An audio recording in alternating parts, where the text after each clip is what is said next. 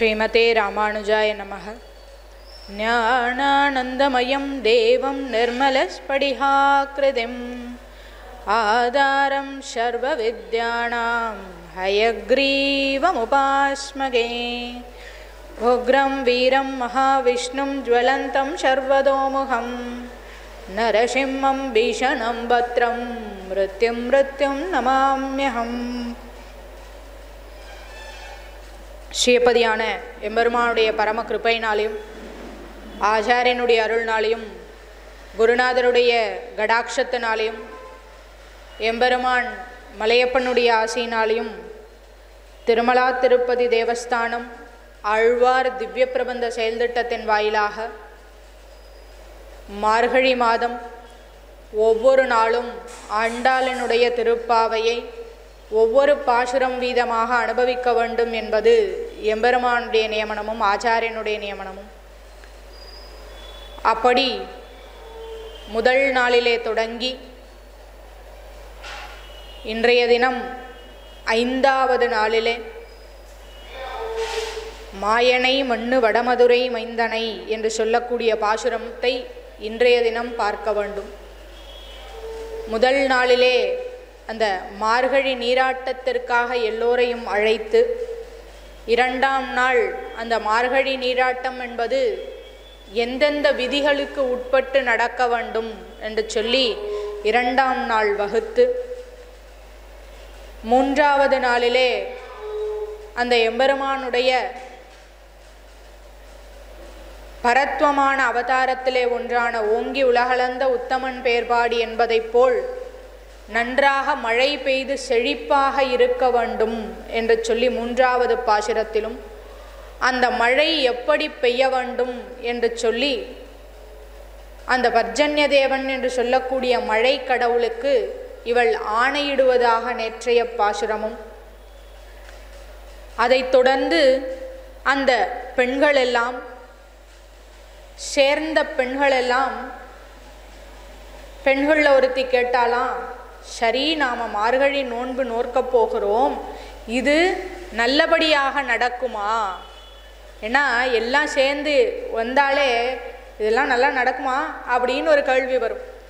அப்படி ஒரு கேள்வியை கேட்க, இல்லை இது நிச்சயமாக நல்லபடியாக நடக்கும் என்று சொல்லி ஆண்டாள் சொல்லக்கூடிய சமாதானமாக இந்த 5வது பாசுரம் அமைந்திருக்கிறது. அதே போல முதல் பாசுரத்திலே பரத்வத்தையும், 2வது பாசுரத்திலே வியூகத்தையும், 3வது பாசுரத்திலே அவதாரங்களான விபவத்தையும், 4வது பாசுரமான நேற்றைய தினம் அந்தர்யாமியாக இருக்கக்கூடிய எம்பெருமானையும் பார்த்தோம்.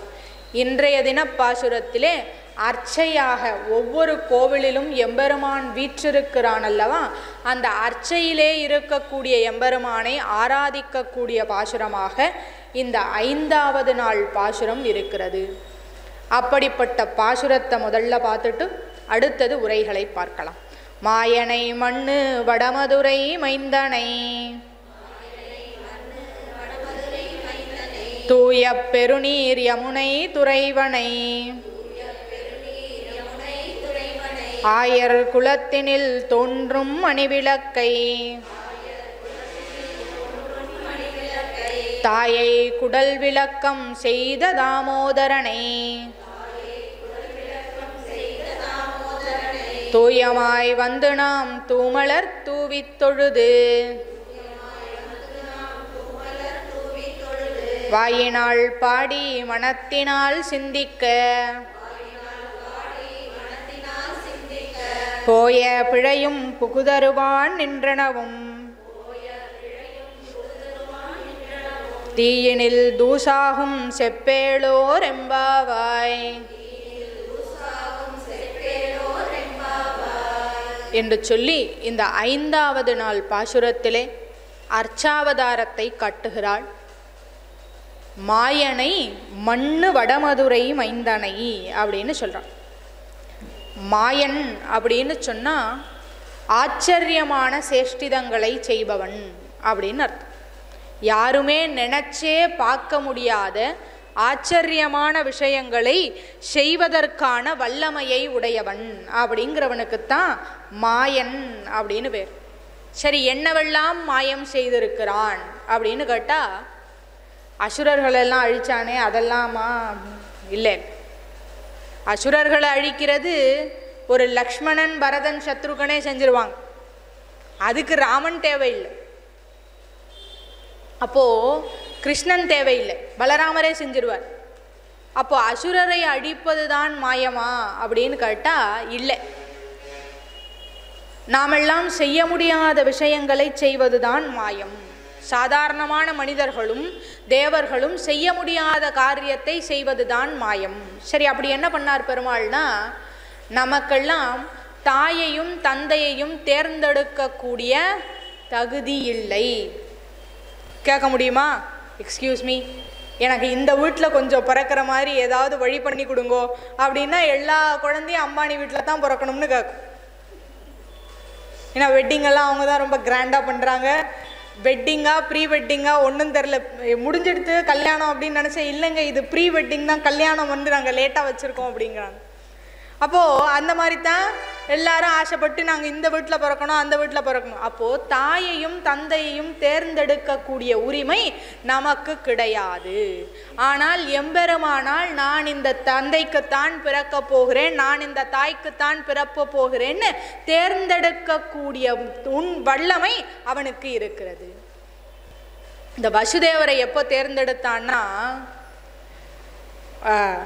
தேவகியை கூட்டுண்டு போகிறான். தேவகிக்கும் வசுதேவருக்கும் கல்யாணம் ஆயிடுத்து. கம்சன் ஜானவாஸ்து கூட்டுன்னு போறார். பொண்ணு மாப்பிள்ளைய பின்னாடி வச்சு நானே ரதத்தை ஓட்டுறேன் என் தங்கச்சிக்கு அப்படின்னு சொல்லி கூட்டுன்னு போறார். அப்போதான் அசிரிரி வந்து ஒழிக்குது, இவளுக்கு பிறக்க போகும் 8வது குழந்தையை நீ வந்து உன்னை அழிக்கும் அப்படின்னு சொல்லவே இவன் முதல்ல என்ன பண்ணா, தேரை ஓட்டின்னு கீழே விட்டுட்டு வாழை தூக்கின்னு ஓடினான் அந்த தேவகியை வெட்டுறதுக்காக. இவ்வளவு நேரம் பாசமாக தான் தேர் ஓட்டின்னு போனான், ஆனால் அவனுக்கே அழிவுன்னு தெரிஞ்ச உடனே வாழை தூக்கின்னு போனான். அப்போ இந்த வசுதேவர் சொன்னாராம், அவனை தடுத்து நிறுத்தி நல்ல உபதேசங்கள்லாம் பண்ணாராம். அப்பா, அவளால் ஒன்றும் பிரச்சனை இல்லை, அவளுக்கு பிறக்க போகிற குழந்தையால தான் பிரச்சனை. அதுவும் இல்லாமல் நீ அதர்ம காரியங்களை எல்லாம் செய்யாத, நீ அதர்ம காரியங்கள்லாம் செய்யாமல் திருந்தி இருந்தேன்னா இப்படியெல்லாம் நடக்காது அப்படின்னு சொல்லி பண்ணாராம், உபதேசம் பண்ணாராம். அப்போ தான் மேலேருந்து பெருமாள் பார்த்தானா, நம்ம போய் பின்னாடி உபதேசம் பண்ணணும். அது என்னது? கீதா உபதேசம். அப்போ அதாவது புலிக்கு பிறந்தது பூனை ஆகாதுன்னு சொல்லி ஓரளவுக்காவது உபதேசம் பண்ண தெரிஞ்சவருக்கு பிள்ளையா போய் பிறந்தா தானே நாளைக்கு நல்ல உபதேசம் பண்ண முடியும்னு இவர் தான் நமக்கு சரியான ஆள்னு இவர்கிட்ட போய் பிறந்தார். அப்போ தாயையும் தந்தையையும் தேர்ந்தெடுக்கக்கூடிய வல்லமை ஒரு காலத்திலும் நமக்கு கிடையாது.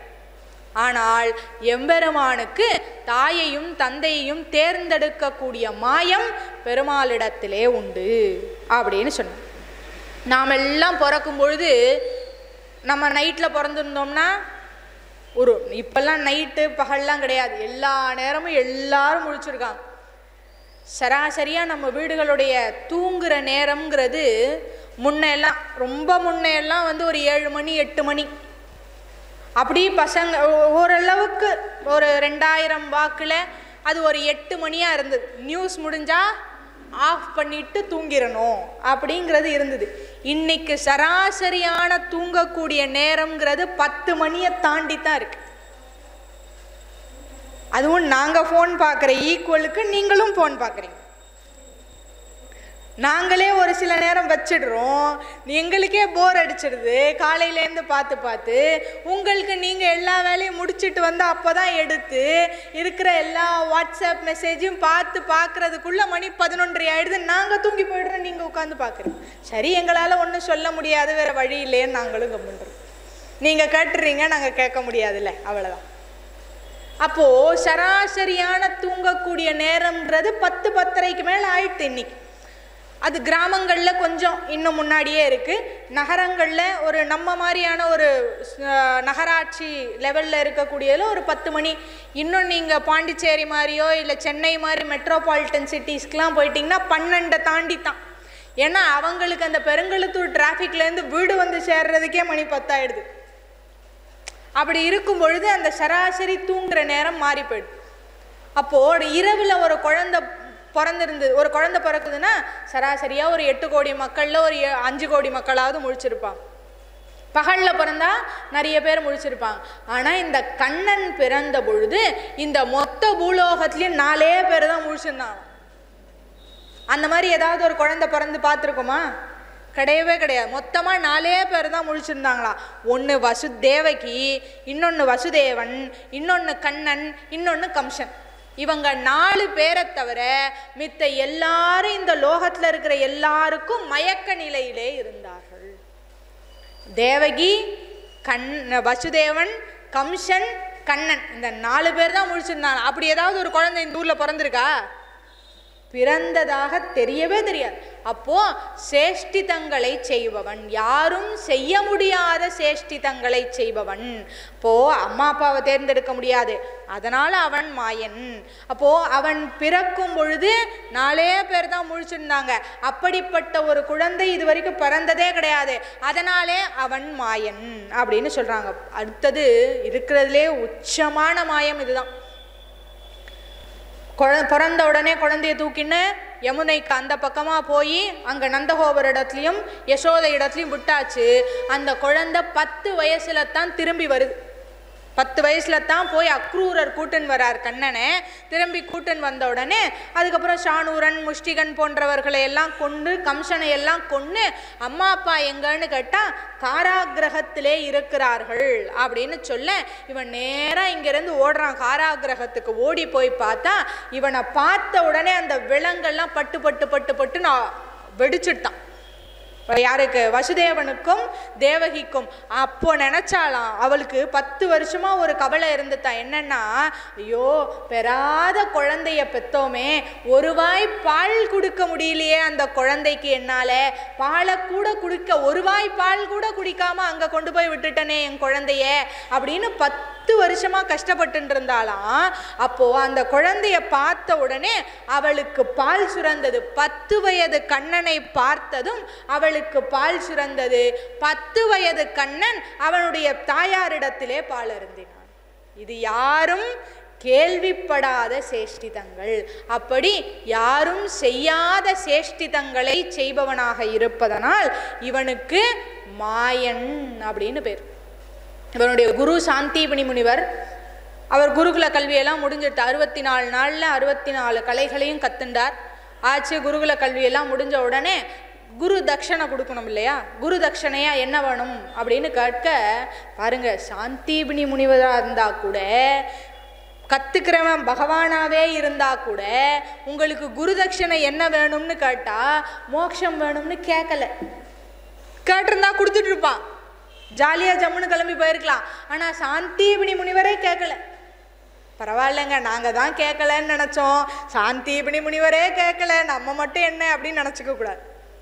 அப்போ கேட்கல. என்ன வேணும்னு கேட்டா, என்னுடைய குழந்தை பறந்து பறந்து இழந்துருது, அந்த குழந்தைய நீ மீட்டு கொடுக்க வேண்டும் என்று சொல்ல, அந்த குழந்தை எங்க இருக்கிறது என்று கேட்டால் வைகுந்தத்திலே அந்த குழந்தை இருக்கிறது. ஏன்னா இந்த பிராட்டிமார்களுக்கெல்லாம் வைகுந்தத்துக்கு போனால் இவர் நாராயணன் தான். காஸ்டியூம்லாம் மாற்றின்னு போயிடுவார். ராமர் கிடையாது, கிருஷ்ணர் கிடையாது, வாமனன்லாம் கிடையாது. காஸ்டியூம்லாம் சேஞ்ச் பண்ணி நாராயணனுடைய காஸ்டியூமில் தான் போய் ஆகணும், அங்கே முடியாது. ஆனால் இந்த பிராட்டிமார்களுக்கு தான் இவனை கண்ணனா பார்க்கணும்னு ஆசையான். மேலே இருக்கிற ஸ்ரீதேவி பூதேவி 2 பேருக்கும் கண்ணனா இந்த வைகுந்தத்தில் இந்த நாராயணனை பார்க்கணும்னு ஆசையான்.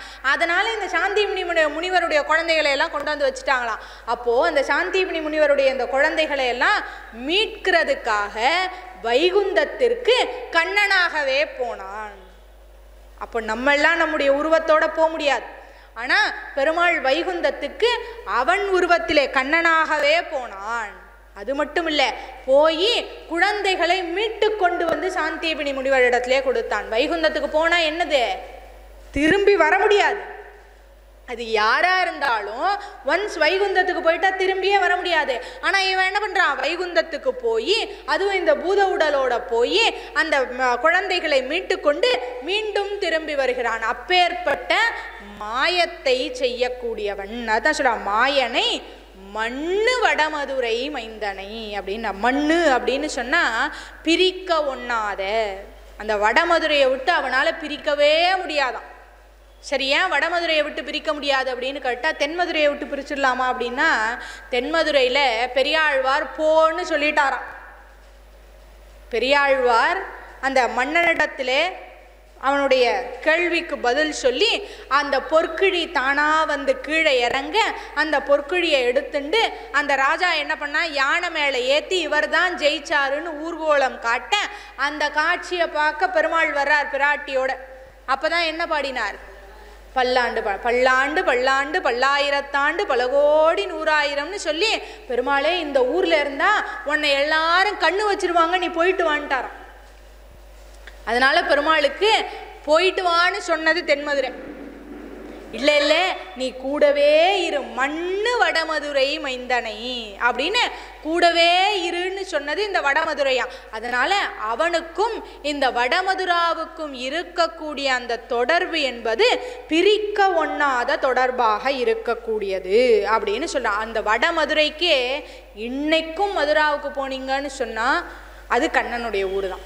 அது நீங்கள் எந்த ஊருக்கு போனாலும் எல்லா கடவுளும் இருக்கும். ஆனால் மதுரான்னு போனால் அது கண்ணன் தான். அங்கே பிரசாதம் என்ன? கண்ணனுடைய அந்த திருவடிப்பட்ட மண்ணு தான் பிரசாதம். அதை கொடுப்பாங்க, அதை கொண்டு வந்து வீட்டில் வச்சுட்டு அழகாக பூஜை அறையில் வச்சுக்கோ, அதுதான் பிரசாதம். இன்னைக்கும் பரிக்கிரமா பண்ணுவாங்க. அது எப்படி பண்ணுவாங்கன்னா, கையில் ஒரு கல் எடுத்துப்பாங்களாம், அந்த கோவர்தனத்தை பரிக்கிரமா பண்ணுவார். நம்ம வந்து திருவண்ணாமலை சுற்றி வர்றாங்க இல்லையா, அந்த மாதிரி சுற்றி வருவாங்களாம். எப்படி சுற்றி வருவாங்கன்னா, கையில் ஒரு கல் எடுத்துப்பாங்களாம், அந்த கீழே சாஷ்டாங்கமாக விழுந்துருவாங்களாம், அந்த கல்லை ஒரு இடத்துல வச்சுருவாங்களாம். திரும்பி எழுந்து அந்த கல் இருக்கிற இடத்துக்கு போய் திரும்பி கீழே விழுந்து திரும்பி வந்து அந்த கல்லை வைப்பாங்களாம். இப்படியே அந்த கோவர்தன மலையை சுற்றி வருவாங்களாம். சரி, ஏன் இப்படி சுற்றி வராங்கன்னா, கண்ணன் மாடு மேய்ச்ச அந்த இடம், அந்த கோவர்தன மலைங்கிறது கண்ணன் மாடு மேய்ச்ச இடம். அந்த மாடு கண்ணுகள் பின்னாடி போன அந்த இடம், அந்த இடத்துல கண்ணன் நடந்த இடத்துல நம்ம கால் மட்டும் படக்கூடாது, இந்த உடம்பு முழுக்க பட வேண்டும் அந்த மண்ணுன்னு சொல்லி அப்படி பரிக்கிரமா பண்ணுவார்களாம். அப்படிப்பட்ட அந்த பிரிக்க ஒண்ணாத வடமதுரை அப்படின்னு சொல்றாங்க. மாயனை மண்ணு வடமதுரை மைந்தனை அப்படின்னு சொல்ற. மைந்தன்னா அந்த ஊர் பெருமாள். என்ன ஊருக்கு போனாலும் நம்ம பெருமாள் தான். எந்த கோவிலுக்கு போனாலும் கடைசியாக வந்து வாசவி கோவிலில் வந்து கும்பிட்டாதான் கொஞ்சம் மனசு நிறைவாக இருக்கு. அது நீங்கள் திருப்பதிக்கே போயிட்டு வாங்களேன், எங்கள் நல்லியக்கோட்டை நகர் பெருமாளை வந்து பார்த்துட்டு வா, இங்கே வந்து தீர்த்தம் பிரசாதம் வாங்கினாதான் தீர்த்த பிரசாதம் வாங்கின மாதிரி. அப்போது அந்தந்த ஊருக்காரங்களுக்கு அவங்க ஊர் பெருமாள். நமக்கு நம்ம ஊர். இதே ஸ்ரீரங்கத்துக்காரங்களை போய் கேட்டிங்கன்னா எங்கள் நம்ம பெருமாள் மாதிரி வராதுங்க, வருஷம் ஃபுல்லாக உற்சவங்க, வருஷம் ஃபுல்லாக உற்சவம் எங்கள் பெருமாளுக்கு, ஒரு நாள் குறவில்லை உற்சவத்துக்குன்னு. நீங்கள் இன்னும் திருப்பதிக்கு போய் கேட்டிங்கன்னா எங்களுக்கு உற்சவமாவது எங்கள் பெருமாள் தாங்க எல்லாத்துலேயும் ஃபஸ்ட்டு. அவருக்கு அறை திறந்து இன்னொருத்தவருக்கு திறந்தா என்ன, அறை திறக்கலைன்னா என்ன, எங்களுக்கு டெய்லி கலெக்ஷன், நாங்கள் டெய்லி கலெக்ட் பண்ணுற பெருமாள். அதனால் இருக்கிறதுலே நாங்கள் தான் டாப்பு. எங்கள் பெருமாள் தூங்கவே மாட்டார் தெரியுமா அப்படின்வாங்க. ஏன்னா 2:45 இப்போ பள்ளிப்படுத்தி 3:15 சுப்பிரபாதம். தூங்கவே மாட்டார். அவரை நம்ம தூங்க விட்றதே கிடையாது. நம்ம தான் 3 மாதத்துக்கு முன்னாடியே நாளைக்கு 10 மணிக்கு டிக்கெட் புக் பண்ணோம், நாளைக்கு 10 மணிக்கு டிக்கெட் புக் பண்ணோன்னு 3 மாதத்துக்கு முன்னாடியே புக் பண்ணிட்டு இப்படியே உட்காந்துருக்கோம். 4 லட்சம் டிக்கெட்டு கொடுக்குறான், 40 நிமிஷம் தாங்க மாட்டேங்குது. 10 நிமிஷத்தில் டிக்கெட் இல்லை. இப்படி எல்லாம் ஃபோனை வச்சுக்கிட்டு உட்காந்துருப்போம். பார்த்துட்டே இருக்கும்போதே குறையும். எனக்கு மட்டும் டிக்கெட் விட மாட்டேங்குதே. எப்போ? 3 மாதத்துக்கு. மின்னின் நிலையில மண்ணுயிர் ஆக்கைகள்னார் ஆழ்வார். நாளைக்கு இருப்போமா இருக்க மாட்டோமான்னு தெரியலையாடா, அதை விடு, நீ 3 மாதத்துக்கு டிக்கெட்டை போடு, அப்புறமா பார்த்துக்கலாம். அன்னைக்கு என்ன நிலைமைன்னு என்னமோ ஒன்று, காசு போகலைன்னா போட்டு பெருமாள் போட்டு போ, அவ்வளோதான். அப்போது 3 மாதத்துக்கு முன்னாடி டிக்கெட்டு வாங்க முடியல எங்கள் பெருமாளுக்குன்னு திருப்பதிக்காரங்க சொல்லுவாங்க. ஸ்ரீரங்கத்துக்காரங்களை போய் கேட்டிங்கன்னா சொல்லுவாங்க, இப்போ நம்ம காஞ்சிபுரத்தில் போய் உங்களுக்கு என்ன, எங்கள் பெருமாள் சௌகுமாரியமான பெருமாள், ஜம்முன்னு வருவார், ஜம்முன்னு போவார், ஒரு நாள் தான் எங்களுக்கு காஞ்சியில், அப்படியே ஊர் ஃபுல்லாக சுற்றி வந்துடுவோம் நாங்கள் அப்படின்னுவாங்க. அந்த மாதிரி அவங்க ஊர் பெருமாள்னா அவங்களுக்கு ஒரு இது.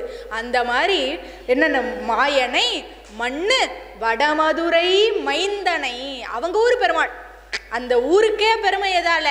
அந்த கண்ணன் இருக்கிறதுனால. அந்த கண்ணனுக்கே எது பெருமை? அந்த ஊருனால. இதனால் அப்படி பிரிக்க ஒண்ணாத புகழை உடைய அப்படின்னு காட்டுகிறார்கள். மாயனை மண்ணு வடமதுரை மைந்தனை தூய பெருநீர் யமுனை துறைவனை அப்படின்னு சொல்றோம். தூய்மையான பெருநீராக இருக்கக்கூடிய யமுனை. அப்போ தூய்மை இல்லாத நீர்னு ஏதாவது இருக்கா? 2 பேர் உட்கார்ந்துருக்காங்க, 2 பேர் தான் உட்கார்ந்துருக்காங்க, அப்படி வச்சுப்போமே. 2 பேர் தான் உட்கார்ந்துருக்காங்க, இவங்க ரொம்ப நல்லவங்கங்க அப்படின்னு நான் சொன்னா ஆட்டோமேட்டிக்காக என்ன அர்த்தம்? அடுத்தவங்க கொஞ்சம் என்னமோ போல அப்படின்னு அர்த்தம். நான் உங்களை யாரையும் சொல்லலை, பொதுவாக உதாரணத்துக்கு சொன்னேன். என்ன கூட்டம் வர்றதே நமக்கு லாபம். இதில் என்ன எப்படி சொல்லி ஒன்று எப்படி சொல்லி நமக்கு வேறு வம்பு. டிஸ்க்ளைமர் சொல்லிடுவோம். எல்லாரும் டிஸ்க்ளைமர் போடுறாங்க, நம்மளும் டிஸ்க்ளைமர் போடுறோம். அப்போது ஒன்று தூய பெருநீர் யமுனை துறைவனை அப்படின்னா, அப்போ தூய்மை இல்லாத நீர்னு ஏதோ ஒன்று இருக்கணும்ல. இது நல்ல தூய நீருங்க, அப்போ தூய்மை இல்லாத நீர்னு ஏதாவது இருக்கா என்ன அப்படின்னா, கோதாவரியை தூய்மை இல்லாத நீராக காட்டுகிறார்கள். ஏன் அப்படி காட்டணும் அப்படின்னா, இந்த கோதாவரி என்ன பண்ணித்தான் சீத்தையை தூக்கிண்டு போகிறான் ராவணன். அதுலேயே நிறைய பிரச்சனை. கம்பர் பர்ணசாலையோட தூக்கின்னு போகிறான்னு எழுதுறார். வால்மீகி இல்லை தோல் மேலே தூக்கின்னு போனான்னு எழுதுறார். அது அவங்க 2 பேருக்கும். நம்ம பர்ணசாலையோட தூக்கின்னு போகிறான்னு வச்சுப்போமே. பர்ணசாலையோட தூக்கின்னு போகிறான். அப்போ அந்த சீத்தை கத்துறாள், எல்லாத்துக்கிட்டையும் சொல்கிறா, ஏ மானே ராமர் வந்தா சொல்லு, ராவணன் என்னை தூக்கின்னு போகிறான்னு. ஏ மயிலே ராமன் வந்தா சொல்லு, குயிலே ராமன் வந்தா சொல்லு, எல்லாம் வந்தா சொல்லு அப்படின்னு எல்லாத்திடத்துலையும் சொல்லிகிட்டே போகிறா. அப்போ வழியில் கோதாவரி நதி வந்ததாம். அந்த கோதாவரி நதி இடத்துல கையெடுத்து கும்பிட்டு, அம்மா கோதாவரி தாயே, என்னுடைய ராமன் வந்தால் இந்த ராவணன் என்னை தூக்கி போகிறான்னு சொல்லு அப்படின்னு சொல்லிட்டு போனாலாம். பார்க்குறார், பர்ணசாலையை காணோம், சீத்தையை காணோம். லக்ஷ்மணா என்னடா இப்படி ஆகிப்போச்சே அப்படின்னு சொல்லி பார்க்குறார். சரி வா போய் தேடுவோம்னு சொல்ல ஓன்னு அழறார். சீத்தையை காணோம்னு அப்படி அழறார். நம்ம வீட்டில் இருக்கவங்க கூட அப்படி அழமாட்டான், அப்படி அழறார். ஐயோ சீத்தையை காணமே அப்படின்னு அழுதுண்டு எல்லா இடத்துலையும் கேட்குறான். ஏ மானே நீ பாத்தியா சீத்தைய, ஏ மயிலே நீ பாத்தியா சீத்தைய அப்படின்னு எல்லா இடத்துலையும் கேட்குறாராம். அப்போ இந்த கோதாவரி நதி இடத்துல தாண்டி போகும்பொழுது, அம்மா கோதாவரி மாதாவே, என்னுடைய சீத்தை எங்கே இருக்கிறான்னு உனக்கு தெரியுமா? கொஞ்சம் தெரிஞ்சா சொல்லேன் அப்படின்னு சொல்லிதான். ஆனால் கோதாவரி வாய் திறக்கவே இல்லை. ஏன் திறக்கலைன்னா, அது ராவணன் மீது இருக்கக்கூடிய பயத்தினாலே அவ எதுவுமே சொல்லலையா. அதனாலே அது தூய்மை இல்லாத நீராகி போனது. ஏதோ மைக்கு கிடச்சிது, ஏதோ 4 பேர் நாங்கள் போனால் போதே சாயந்தரம் நேரம் போகலேன்னு உட்காந்துருக்கோம். உன் இஷ்டத்துக்கு நீ என்னமோ கதையாக விடுற. அது எப்படி போய் ஒரு நதி சொல்லும்? அது எப்படி ஒரு நதி சொல்லும்? இந்த பக்கம்தான் தூக்கின்னு போனா அப்படின்னு போய் எப்படி ஒரு நதி சொல்லும்? சொல்லுமா? நதியால் சொல்ல முடியுமா? சும்மா ஏதோ மைக்கு கிடச்சிதுன்னு நீ பாட்டில் ஏதாவது பேச வேண்டியது. அப்படின்னா நதிக்கு அந்த தன்மை உண்டு. குயிலுக்கு அந்த தன்மை இல்லாமல் போகலாம், மயிலுக்கு அந்த தன்மை இல்லாமல் போகலாம், மானுக்கு அந்த தன்மை இல்லாமல் போகலாம். ஆனால் நதிக்கு அந்த தன்மை உண்டு. அதாவது ஒரு நதி இப்படி போயிட்டே இருக்கு, அந்த நதி ரொம்ப காலமாக அந்த இடத்துல போயிட்டே இருக்குன்னு வச்சுக்கோங்களேன். திடீர்னு ஒரு வெள்ளப்பெருக்கோ இல்லை அபரிமிதமான நீரோ ஏதாவது வந்ததுன்னு சொன்னால் அது என்ன பண்ணுமாம், தன்னுடைய நிலையிலேயும் தாண்டி வேறொரு திசையிலே கூட போகும். அதிகமாக தண்ணி வந்துடுது. அப்போ என்ன பண்ணும், அது அதனுடைய பாதையை விரிவுபடுத்தி கொள்வதற்கு நதிக்கு திறமை உண்டு. போய் யாராவது கேட்க முடியுமா? இப்படி போயின்னு இருக்கு தண்ணி, திடீர்னு இப்படி போகுது தண்ணி, கேட்க முடியாது. இப்படி போயினே இருக்கு தண்ணி, இப்போ திடீர்னு இந்த பக்கம் திரும்பி போகுது. ஏதோ ஒரு காரணம், அது கீழே இருக்கிற மண்ணரிப்போ இல்லை அது கீழே இருக்கிற ஏதோ ஒரு பூகோள அமைப்பில் இப்படி போகிறது தண்ணி. அப்போது அந்த பூமி, அந்த நதிக்கு தன்னுடைய தீரத்தை மாற்றிக்கொள்ளக்கூடிய தன்மை உண்டு. அப்போ ராமன் வந்து கேட்டப்போ இந்த கோதாவரி வாய் திறந்து சொல்லி இருக்க வேண்டாம். அதனுடைய நதி போக்கை சீதைய ராவணன் எந்த பக்கமா தூக்கின்னு போனானோ அந்த பக்கமா மாத்தி ஒரு நிமிஷம் ஓடி இருந்தா ராமன் நினைச்சிருப்பான, ஓ சீதையை இந்த பக்கம் தான் தூக்கின்னு போயிருக்கான் போல அப்படின்னு நினைச்சு ராமனுக்கு ஒரு சங்கேதம் சொல்லி இருக்கலாமே. அப்படி சொல்ல தவறியதனால், ராமகாரியத்துக்கு தான் உதவ தவறியதனால் அது தூய்மை இல்லாத நீராகி போனது அப்படின்னு காட்டுகிறார்கள். முடியுமே, அதால செஞ்சிருக்கலாம் இல்லையா? ஆனா அது செய்யல, ராவணனுக்கு பயந்து கொண்டு. சரி, எல்லாம் ரைட்டு. ஆனா நாங்க 7 நதிகள்ல சொல்லும் போது கங்கேச்ச யமுனே சைவே கோதாவரின்னு சொல்றோமே, எப்படி மீண்டும் அந்த புனிதத்தன்மை வந்தது என்று கேட்டால், ஆண்டாள் அவதரித்த பொழுது அந்த பெரியாழ்வார் அந்த குழந்தையை எடுத்து பார்த்து அதுக்கு கோதைன்னு பேரு வச்ச உடனே அந்த கோதாவரிக்கு இருந்த இழுக்கு போனது. அதனால தான் இன்றும் நாம் அதை புனித நதிகளிலே ஒன்றாக சொல்லி கொண்டிருக்கிறோம். ஆனா இந்த யமுனா அப்படி இல்லையா. கண்ணனை வசுதேவர் தூக்கி கொண்டு போகும் பொழுது அவ்வளவு மழை, அந்த மழையிலையும் அந்த 2 பக்கமும் பிளந்து அந்த வசுதேவர் அந்த குழந்தைய அந்த பக்கம் நந்தகோபனுடைய இடத்துக்கு தூக்கிண்டு போறதுக்கு வழிவகையாக இருந்தது இந்த யமுனை. அப்போ கிருஷ்ண கைங்கரியத்திலே தன்னை ஈடுபடுத்தி கொண்டதனால் இது தூய பெருநீர் யமுனை துறைவனை அப்படின்னு காட்டுகிறார்கள். மாயனை மண்ணு வடமதுரை மைந்தனை தூய பெருநீர் யமுனை துறைவனை ஆயர் குலத்தினில் தோன்றும் அணிவிளக்கை அப்படின்னு சொன்னார். அந்த ஆயர் குலம் என்று சொல்லக்கூடிய அந்த பசுமாடுகளை மேய்க்கக்கூடிய குலம். அவர்களுக்கு ஒண்ணுமே தெரியாது. அவர்களுக்கு தெரிஞ்சதெல்லாம் கண்ணன் கண்ணன் கண்ணனை தவிர வேற ஒண்ணும் இல்லை. ஒரு கோவர்தனத்துக்கு பொங்கல், இந்திரனுக்கு பொங்கல் வச்சிருந்தாங்க. ஒரு நாள் கண்ணை வந்து திடீர்னு சொன்னா, நீங்க இந்திரனுக்கெல்லாம் பொங்கல் வைக்க வேண்டாம், கோவர்தனத்துக்கு வச்சா போதும்னா, கோவர்தனத்துக்கு ஏன் என்னன்னு கேள்வியே கிடையாது. நினச்சி பாருங்களேன், நம்ம ஒரு வேலை செஞ்சுட்டு இருக்கோம், பெருமாளே வந்து நீ இப்படி ஒன்றும் பண்ண வேண்டாம், நீ இப்படி பண்ணு போதும் அப்படின்னா ஏன் பண்ணணும், எதுக்கு பண்ணணும்? எங்கள் பாட்டி காலத்துலேருந்து நாங்கள் இப்படி தான் பண்ணிட்டு இருக்கோம், அதனால இப்படி தான் பண்ணுவோம். நான் தான்டா சொல்கிறேன் மாற்றி நீ சொன்னால் நீ இன்னைக்கு வந்துட்டு போயிடுவேன், எங்கள் மாமியார்ட்ட யார் திட்டு வாங்குறது, நான்லாம் ரெடி இல்லை அப்படின்னு. அப்போது அவங்களுக்கு அதெல்லாம் எதுவுமே தெரியாது. கண்ணன் சொல்லிட்டானா அவ்வளோதான் செஞ்சிடும். அதை தவிர அவங்களுக்கு வேற ஒன்றுமே தெரியாது, கண்ணனை தவிர வேற ஒன்றும் தெரியாது. அப்படிப்பட்ட குலத்திற்கு அணி விளக்காக, ஒளியாக, ஞானமாக இருந்தான் அப்படின்னு சொல்லி காட்டுகிறார்கள். ஆயர் குலத்தினில் தோன்றும் அணி விளக்கை. ஸ்ரீரங்கத்தில் கோஷ்டி இருக்குமா, அப்போது அந்த கோஷ்டியில் என்ன பண்ணுவாங்களாம், வங்கிபுரத்து நம்பின்னு ஒரு சுவாமி, அவர் என்ன பண்ணுவாரா, 2 கோஷ்டி கிருஷ்ண ஜெயந்தி அன்னைக்கு இருக்குமா. ஒரு கோஷ்டி வந்து இந்த உரி அடிக்கிறாங்க இல்லையா, அந்த கோஷ்டி, அந்த ஆயர்கள் கோஷ்டி இருக்குமா. இன்னொரு பக்கத்தில் இந்த வேதத்தை சொல்லக்கூடியவர்கள் பெரியவர்கள் எல்லாம் இந்த பக்கம் இருப்பாங்களாம். இவர் அப்படியே கொஞ்ச நேரம் பார்த்துட்டே இருப்பாராம். கொஞ்ச நேரம் பார்த்துட்டே இருந்துட்டு குடு குடு குடுன்னு போய் அந்த ஆயர்கள் இருக்காங்களே அவங்க கோஷ்டி பக்கம் நின்றுப்பாராம். ஏன் சுவாமி இங்கே வேதங்கள்லாம் சொல்கிறோமே, இந்த கோஷ்டியில் நிற்காம ஏன் போய் அங்கே நின்றுட்டீங்க அப்படின்னா, இல்லை அங்கே விட இங்கே தான் அன்பு அதிகம்னு சொல்லுவார்.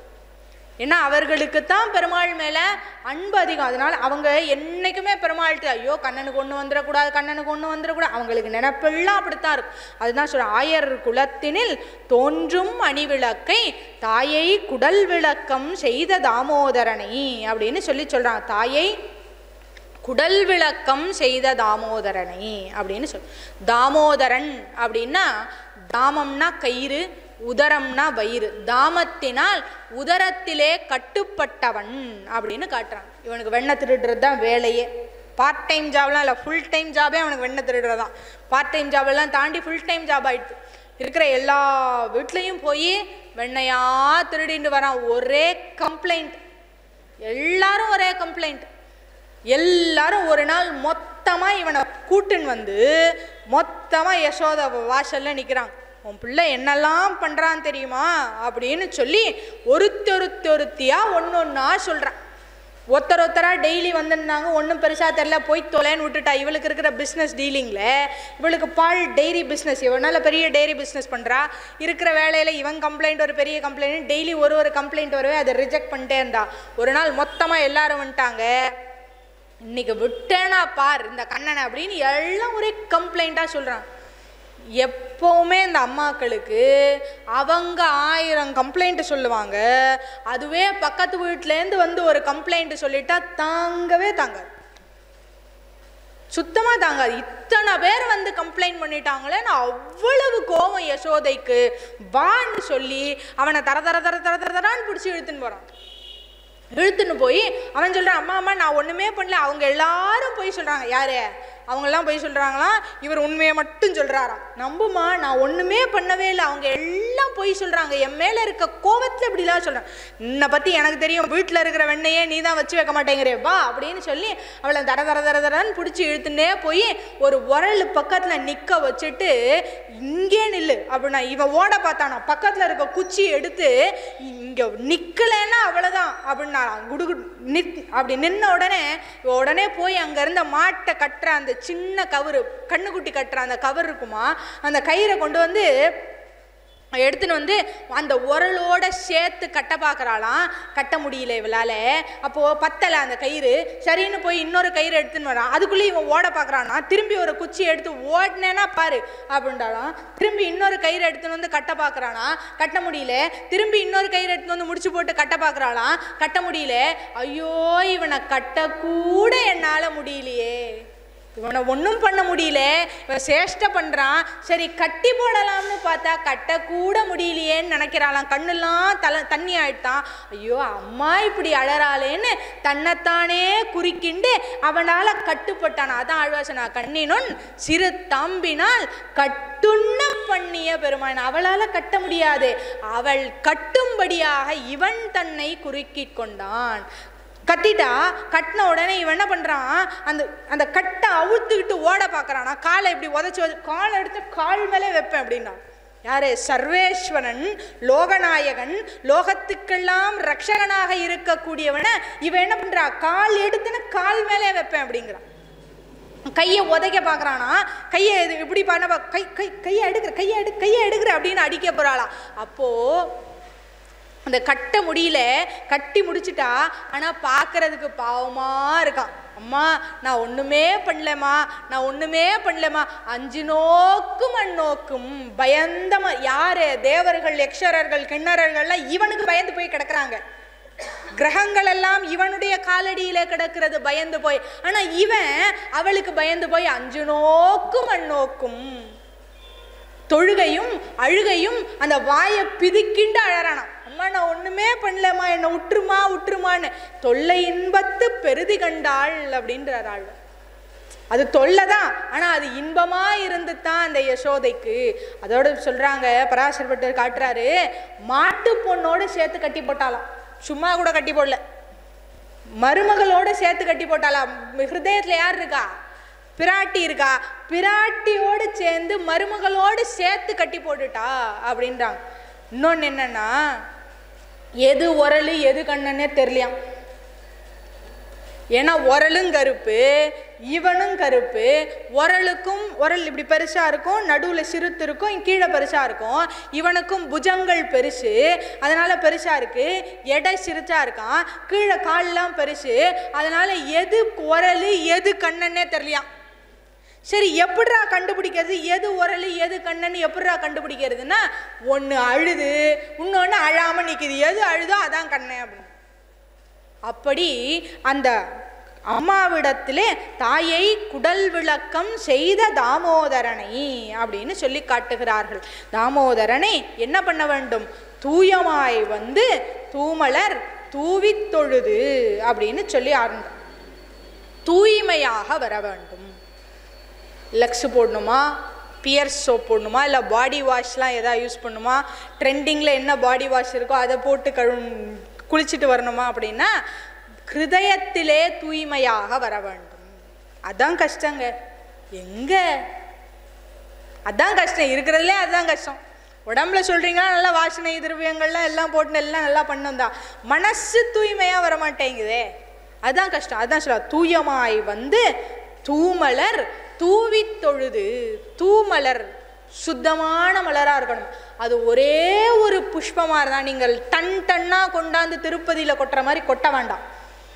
ஒரு வாட்டியும் பிரம்மோற்சவம் முடிஞ்சு அடுத்த நாள் கொடி இறக்கினதுக்கு அப்புறமா பெருமாளுக்கும் தாயாராக இருந்தாலும் கீழே பிரம்மோற்சவமாக இருந்தாலும் மேலே பிரம்மோற்சவமாக இருந்தாலும் புஷ்பயாகம் நடக்கும். அது இந்த லோக சேமத்துக்காக அவ்வளவு பூக்களை விதவிதமான பூக்களை எல்லாம் கொண்டு வந்து புஷ்பயாகம்னா அப்படியெல்லாம் நம்ம பண்ண வேண்டாம். ஒரே ஒரு பூ, அது நல்ல பூவாக இருக்கணும், அவ்வளோதான். ஒரு பூ எப்படி இருக்கணும் பெருமாளுக்கு சாத்துறது அப்படின்னா, அந்த பூ பெருமாளுடைய திருமேனிக்கு வந்த உடனே பூக்கணுமா. அது எப்படி பெருமாளுடைய திருமேனிக்கு வந்த உடனே அந்த பூ பூக்கணுமா. முன்னாடியே பூத்து அதை ஃப்ரிட்ஜில் 2 நாள் வச்சு அதுக்கப்புறம் திரும்பி கொண்டு வந்து அதை கட்டி அதை இப்போ பெருமாளுடைய அந்த திருமேனிக்கு வரும் பொழுது அது பூக்க வேண்டும். பெரிய பூவெல்லாம் கொண்டு வர வேண்டாம், ஒரே ஒரு சின்ன பூ உங்கள் வீட்டு பூவாக கூட இருக்கணும்னு அவசியமே இல்லை. பக்கத்து வீட்டில் திருடி கூட கொண்டாந்து கொடுத்துருங்க, தப்பு இல்லை. பெருமாளுக்கு தானே புண்ணியம், பொங்கலுக்கு பாதி கொண்டு வந்ததுக்கு வளர வச்சதுக்கு அவங்களுக்கு பாதி இருந்துட்டு போட்டுமே அப்படின்னா. அப்படியாங்க, அப்படின்னா பக்கத்து வீட்டில் வேண்டாம், எனக்கும் அவங்களுக்கும் சண்டை, கொஞ்சம் எதிர் வீட்டோட நல்ல சரி எங்கேயோ இருந்து கொண்டாந்து கூட வைங்க.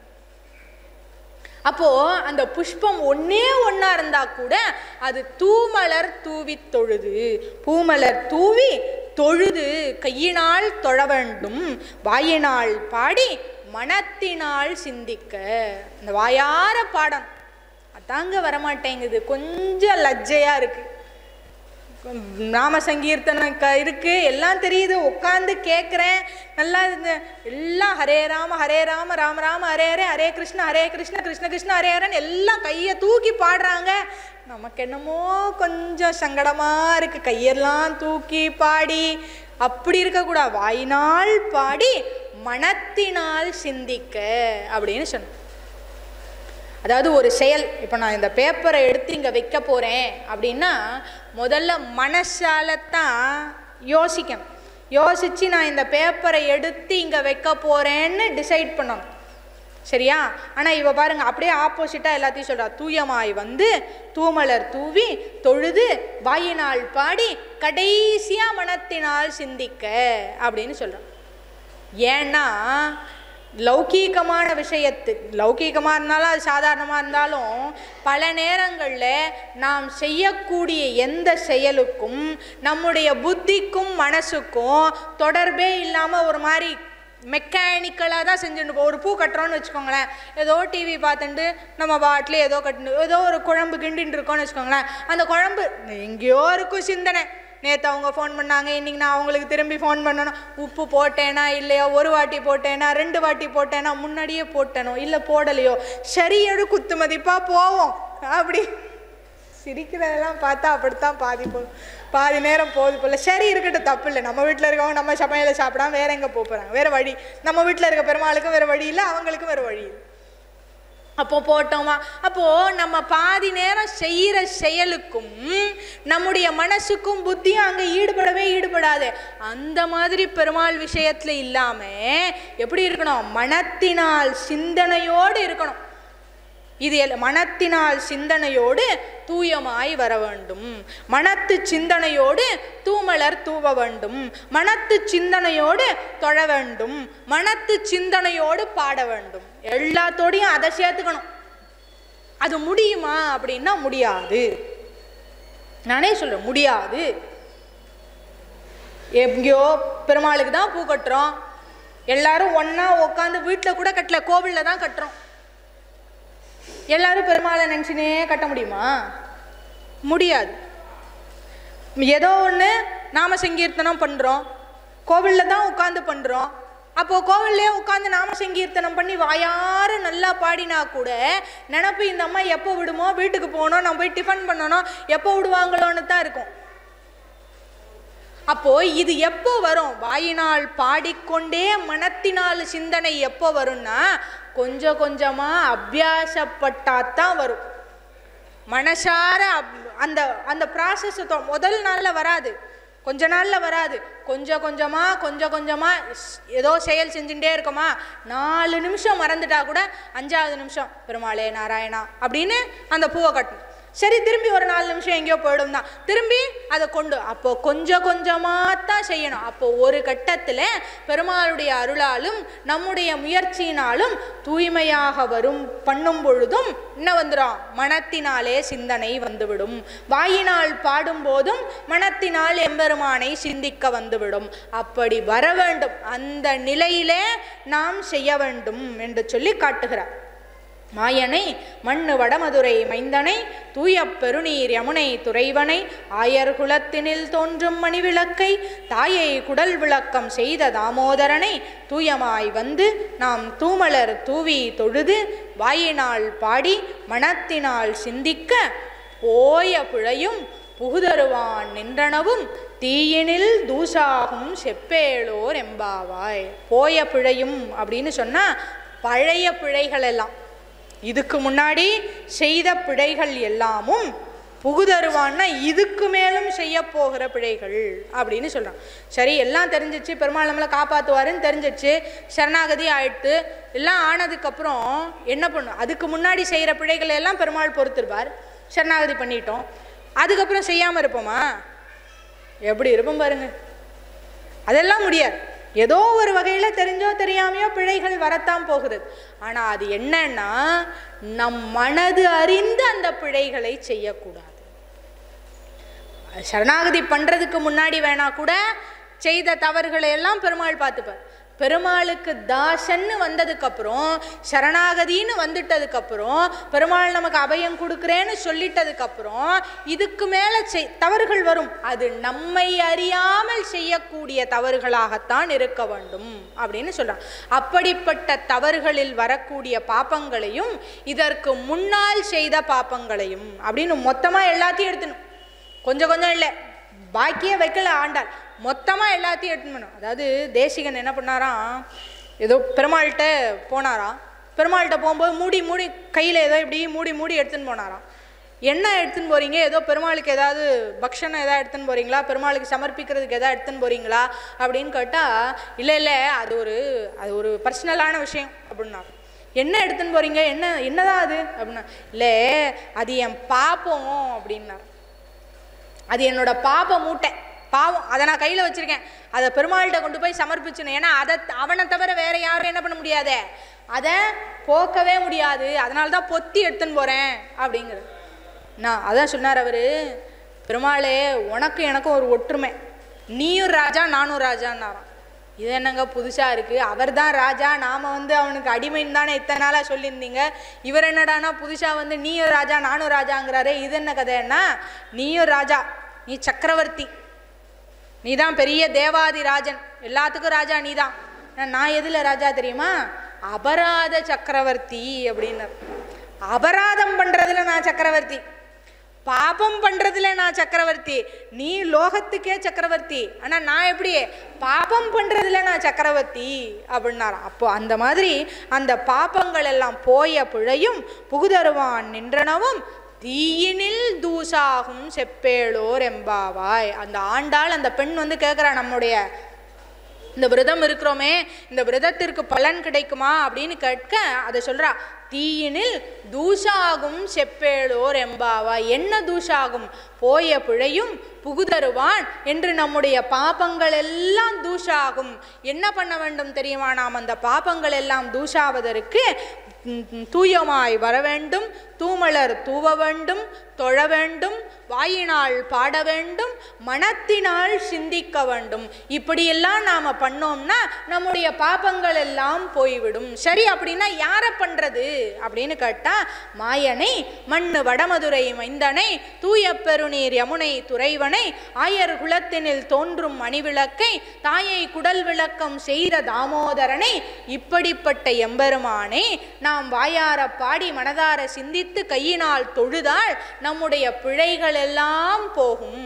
இந்த பிழைகள் இல்லை, எத்தனை ஜென்மத்திலே எவ்வளவு பிழைகள் செய்திருந்தாலும் அத்தனை பிழைகளையும் அந்த எம்பெருமான் பொறுத்து நமக்கு நல்ல விஷயங்களை கொடுப்பான். அதனால் நீ பயப்பட வேண்டாம், நம்முடைய இந்த நோன்பு நல்லபடியாக நடக்கும் என்று சொல்லி ஆண்டாள் அந்த பெண்ணுக்கு சொல்வதாக இன்றைய தின பாசுரம் அமைந்திருக்கிறது.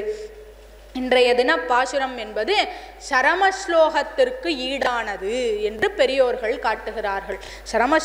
சரமஸ்லோகம்னா என்னன்னா, கண்ணன் அர்ஜுனனுக்கு சொன்னது, சர்வதர்மான் பரித்யஜ்ய மாம் ஏகம் சரணம் விரஜ அகம் துவா சர்வ பாபேப்யோ மோக்ஷயிஷ்யாமி மாசுச்சக அப்படின்னு காட்டுறது தான் சரமஸ்லோகம். சர்வதர்மான் பரித்யஜ்யன்னா ஒரு 5 நிமிஷம். சர்வதர்மான் பரித்யஜ அப்படின்னா எல்லா தர்மங்களையும் விட்டுவிடு. நான் இதுக்கு முன்னாடி கர்மயோகம், ஞான யோகம், பக்தி யோகம் என்னென்னமோ சொன்னேனே, 700 ஸ்லோகமா எல்லாத்தையும் விட்டுரு அப்படின்ற சுவாமி. இப்போதான் சுவாமி எங்கள் வழிக்கு வந்திருக்கீங்க. நீங்கள் இதை புடி அதை புடி இதை புடி அதை புடின்னா எங்களுக்கு கஷ்டமா இருக்குது. எதையாவது விட்டுறணும்னா ஈஸி. எதை விட்டுற சொல்றார் அப்படின்னா, தூயம் இது எல்லா தர்மங்களையும் விட்டுவிடு சுவாமி. நீங்க சொல்றதுக்கு முன்னாடியே நான் பண்ண ஒரே நல்ல காரியம் அதான். நீங்க சொல்ல வேண்டாம், நீங்க சொல்றதுக்கு முன்னாடியே நான் அதெல்லாம் விட்டுட்டேன். அப்போ அது சர்வதர்மான் பரித்யஜனா உடனே நான் எதுவுமே பண்ண வேண்டாம் அப்படி இல்லை. என்ன பண்ணணும்னா எல்லாத்தையும் பண்ணணும்.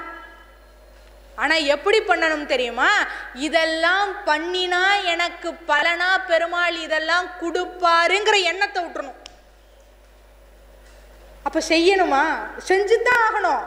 தூயமாய் வர வேண்டும், தூமலர் தூவ வேண்டும், தொழ வேண்டும், எல்லாத்தையும் பண்ணணும். இந்த பாசுரத்துல இதெல்லாம் சொல்றா. தூய்மையாக வர வேண்டும், எல்லாம் பண்ணணும். ஆனால் என்ன பண்ணணும், எப்படி பண்ணணும்னா, இந்த தூய்மையாக வந்தாள், தொழுதாள், மனத்தினால் சிந்தித்தாள், வாயினால் பாடினால் எனக்கு பெருமாள் மோட்சம் கொடுப்பாரு, கைவல்யம் கொடுப்பாரு, ஐஸ்வர்யம் கொடுப்பாருன்னு ஒரு எண்ணம் இருக்கு பாரு, அதை விட்டுருணுங்கிற. அதுதான் சர்வதர்மான் பரித்யஜ. நான் இதை செய்தால் மோட்சம் வருன்ற அந்த எண்ணத்தை விட்டுறணும். ஆனால் எல்லா கர்மத்தையும் செஞ்சுதான் இருக்கணும்.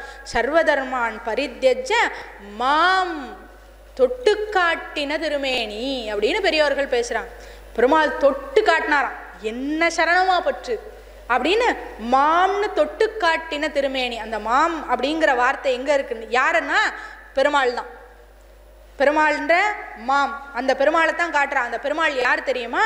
மண்ணு வடமதுரை மைந்தனை தூய பெருநீர் யமுனை, மண்ணு வடமதுரை மைந்தனாக இருக்கின்ற என்னை, தூய பெருநீர் யமுனை துறைவனாக இருக்கின்ற என்னை, ஆயர் குலத்தினில் தோன்றும் அணிவிளக்காக இருக்கின்ற என்னை, தாயை குடல் விளக்கம் செய்த தாமோதரனாக இருக்கின்ற என்னை நீ பற்றுவாய். மாம்ன்ற ஒரு வார்த்தைக்கு அவன் 4 போட்டிருக்கான். அப்போ மாம் ஏகம் சரணம், என் ஒருவனையே சரணமாக பற்று. அப்படி எங்க இருக்கு இந்த பாசுரத்துல? எங்கேயாவது இருக்கா அப்படின்னு கேட்டா, நாம் அப்படின்னு சொல்லி ஒரு வார்த்தை சொல்றான். தூயமாய் வந்து நாம் தூமலர் தூவி தொழுது அப்படின்னு சொல்றான். ஏன்னா வந்து நாம்னு ஏன் சொல்றான்னா, பெருமாளே நாங்க வர்றோம், அந்த நினப்பு இருக்கக்கூடாதான், அந்த எண்ணத்தை தொடச்சி எடுத்துடணுமா.